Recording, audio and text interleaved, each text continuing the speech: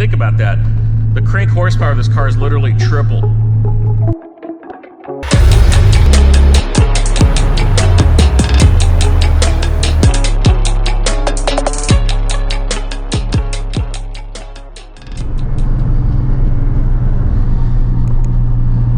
Went to a show up here last weekend, just on the right up the street from the house, right up here on the right, and it was so hot, man. It was so freaking hot. Fuel temps were over 110. And it was definitely a different scene.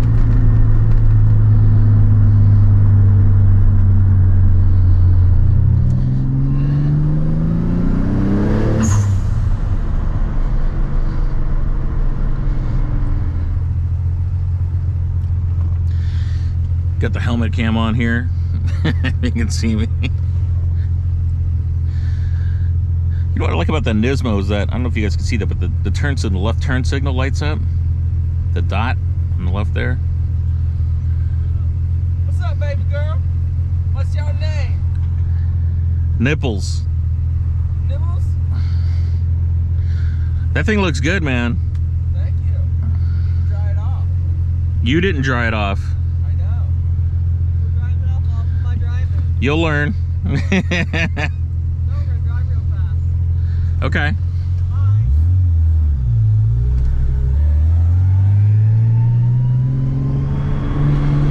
Yeah, that car is cool, but it's cute. You know what I'm saying? Like,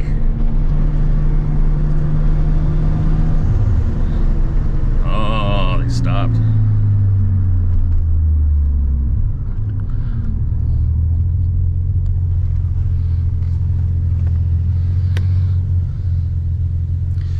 She's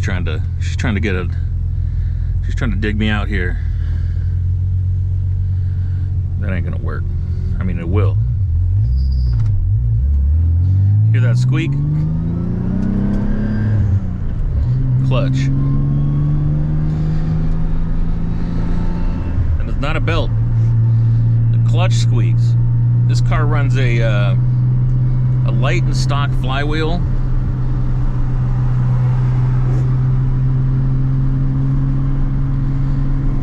Light and stock flywheel with a 6-puck clutch from Specialty Z. And, you know, the clutch holds power, which is why I've got it, but I don't love it. It's not a great clutch. It's an on-off switch, and I need to move to something multi-plate. This car makes 750 rear-wheel horsepower on a Mustang dyno. It's due to get back on a dyno soon.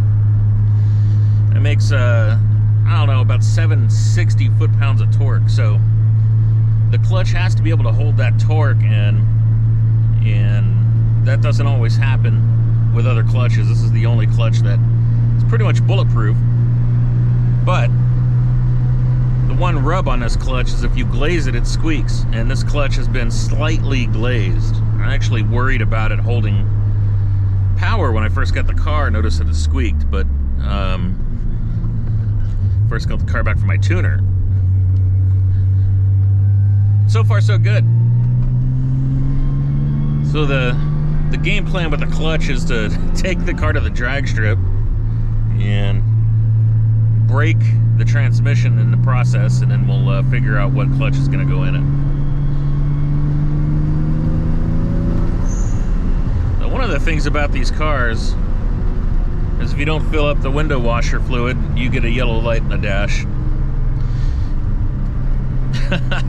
So I should probably do that. But anyway, one of the things about these cars, or any high horsepower car for that matter, is people ask me, hey, you know, how come you don't have any videos of you making a bunch of runs and stuff? Well, here's the deal. You gotta drive them and get the tires hot in order to hold the boost. Otherwise, you just blow the tires away. And I don't drive this car a whole lot. I want to drive it more, but I don't drive it as much as I should. So you hear that noise? It is not a wheel bearing. That is the tires. really nice fuel temp, so the car will make good power. 87 degrees, 88 degrees fuel temperature. That's ideal conditions to make power. The ethanol percentage is 75%. Again, that's ideal as well to make full power, even though we're not going to be exploring that here this morning.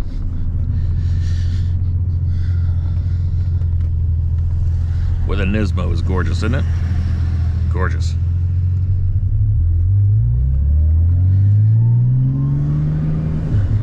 To drive slow here by the courthouse, where the 5.0 likes to hide.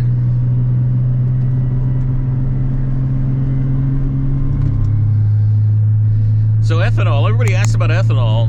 Ethanol, man, dude, it's the party trick of the car. I mean, I wouldn't even have the car if it weren't tuned on ethanol anymore. It's just, you put gasoline in it, and yeah, it's fun. It's, you know, it's reasonably fast.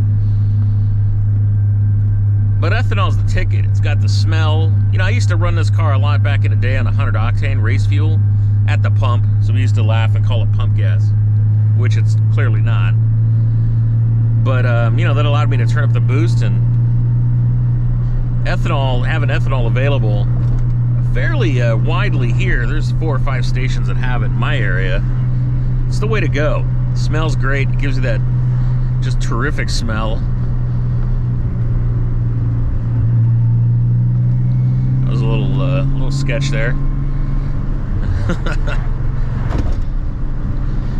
So we're driving out to Caffeine and Octane in Chesapeake, Virginia, and it's a nice drive. I like this location because it's in the backwoods, if you will. It's out in the middle of nowhere, sort of. I mean, it's not. It's close to a bunch of areas. Ooh, the Saturn. But it's a nice rural drive on the way out. And which so gives you a little bit of driving as opposed to, like, you know, the events that are up the street or at a convention center or parking lot of a pizzeria Uno or whatever. You know, you're just driving your normal roads to get out there, and to me, it's not as much fun. This is fun, where I can actually get out here and cruise. And yeah, we're driving at a snail's pace, but we'll pick it up here in a minute. So we put this car together. We wanted it to be responsive and snappy. Those were the 2 words that, when I put this car together, put the plan together for the car, we want it to be responsive and snappy. This is not a drag race car. It does have a cage, so when I take it to the drag strip, I can actually make some runs. And I actually did that for safety, just overall safety as well. Stiffen up the chassis a lot.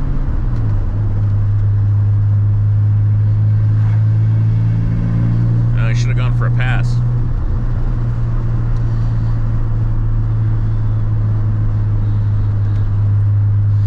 But we wanted the car to be responsive and snappy to boost. We didn't want a laggy turbo car. So you'll see when I put my foot down.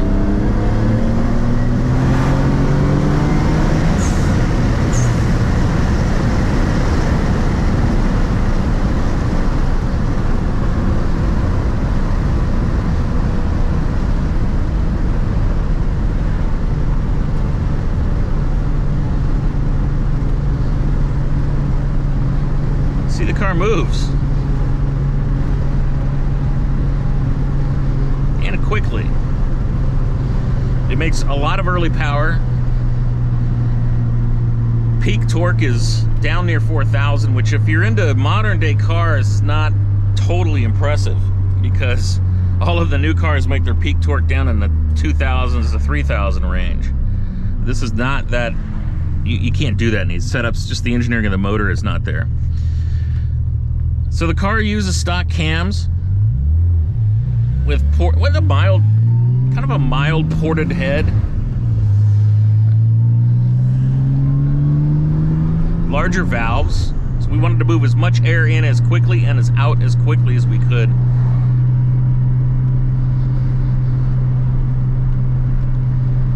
And that's what makes for the responsiveness. That and a GTX Gen 2 2860 turbos from Garrett.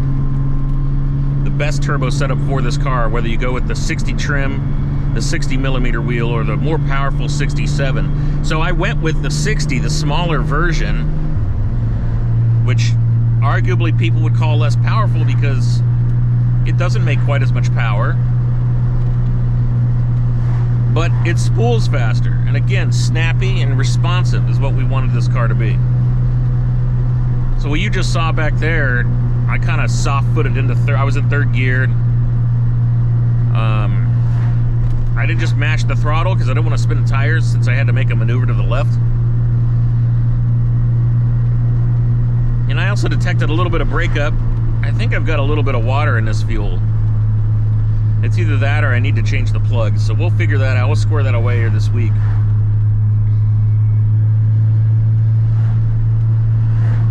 Definitely made a lot of power back there, especially low boost. Low boost, I don't even know what it makes. It's probably, I don't know, 620 to the tire. That's what it feels like anyway.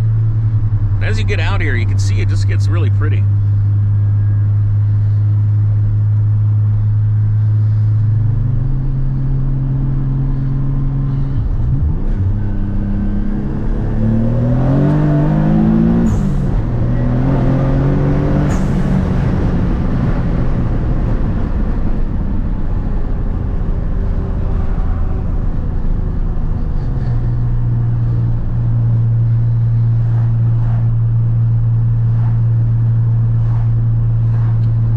It's instant power, especially second gear. I don't know what RPM that was, but you can see it was instant power.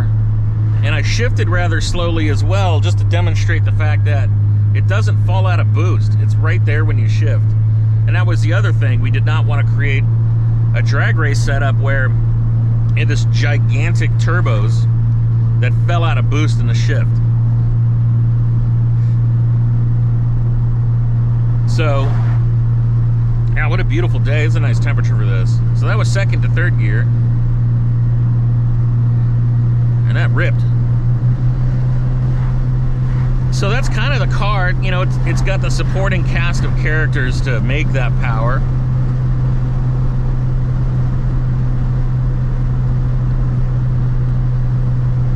Obviously the E85 is there. So that requires dual fuel pumps in the back. We run the stock hard lines to the front of the car in these cars because they flow, which is counterintuitive. And then it goes up, in through, it goes to some, I think, Dash 8 PTFE lined steel braided lines.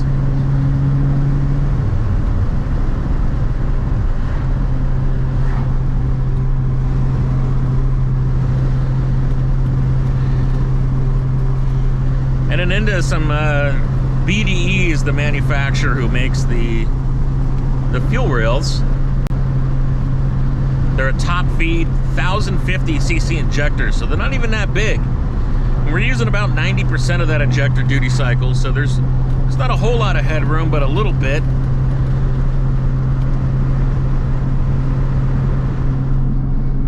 A little bit of headroom there. AC works. It's another must. No AC deletes on this car.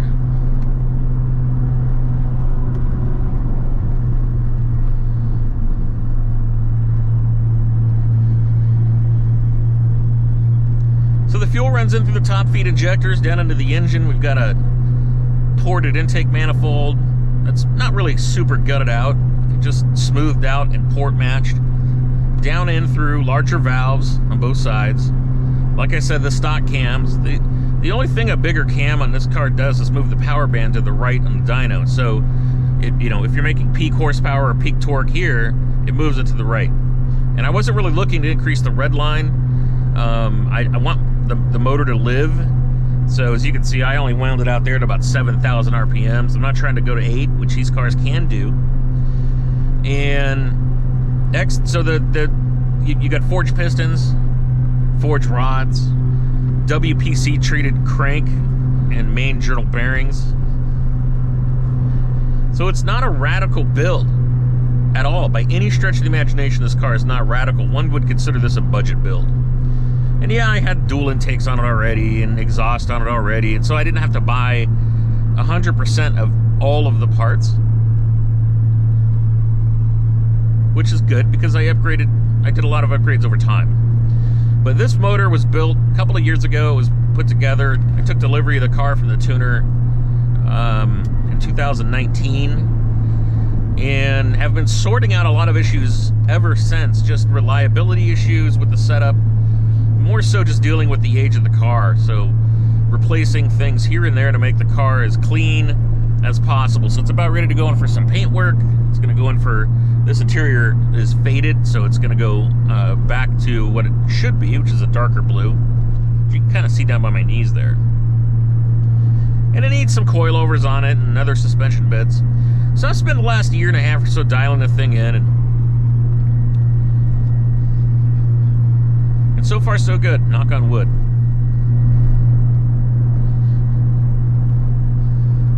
So the exhaust comes out of a kind of a Venturi type setup. They're Specialty Z downpipes, 3-inch, separated wastegate from the main exhaust port out of the turbo. Down into, I got 4 resonators on this car, which is why it's not radically loud. And so we're going to be replacing the exhaust here soon because I think it's time to be a little louder. You know, I used to drive this car a lot, weekend trips and such, and I didn't want it super obnoxious, but now it gets out when it gets out, and you know, I don't plan on driving it real far, so I think it's fine to be a little bit louder. Stock transmission. Really a stock rear end. Aluminum drive shaft. Nothing radical. Again, this is not a radically built, insane car, and the horsepower it makes is actually somewhat lower than what the turbos are capable of making with camshafts. You could make 850 to the tire. It's literally worth another 100 horse. But like I said, it adds to the lag of the car. I took a dyno chart and compared mine to a cammed car. Look at this. I may do cams one day. I probably would. And if I blow the motor, I'll probably go the 67 turbo route. This motor, see, one of the issues with this motor, as with the 2JZ, is they've got crank walk. They got girdle issues on the bottom of the block. And recently in the last couple of years, 2, 3, 4 years, somebody started making a billet girdle for the motor. Well, I didn't have that on my build list because that's like $4,500. Yeah. So next time around, I think I'll probably go ahead and do that.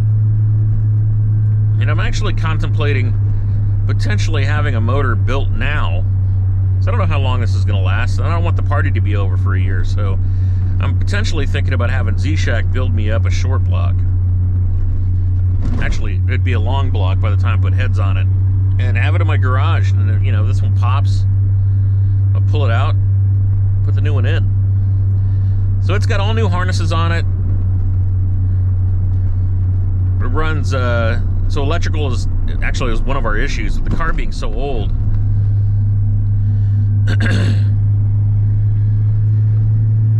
So we had to do some modification, well, not modifications, add some grounds. Car was breaking up under the boost. It's just very similar issues when you start getting over 500 tire on a boosted car. That's older, especially, you know, that made 3 from the factory. I mean, think about that. The crank horsepower of this car is literally triple.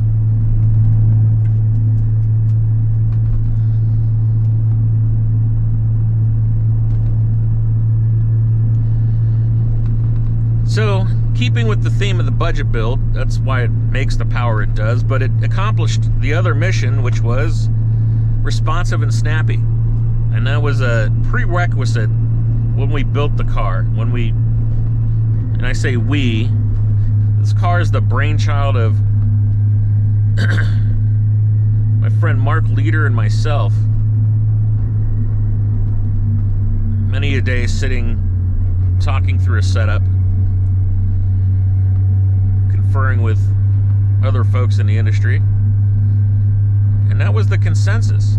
Yeah, this would be a lot of fun. You know, this car would be a great road race car. Problem is, it's not dry sump, so you'd absolutely burn it up if you competitively drove it at a track.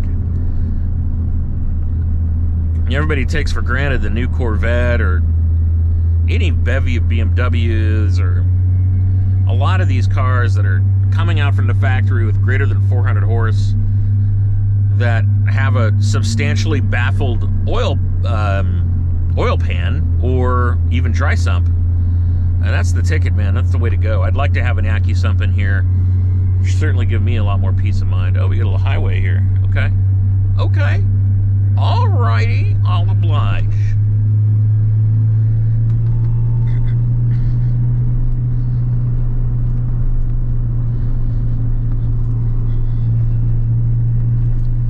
Hopefully the Audi doesn't turn here.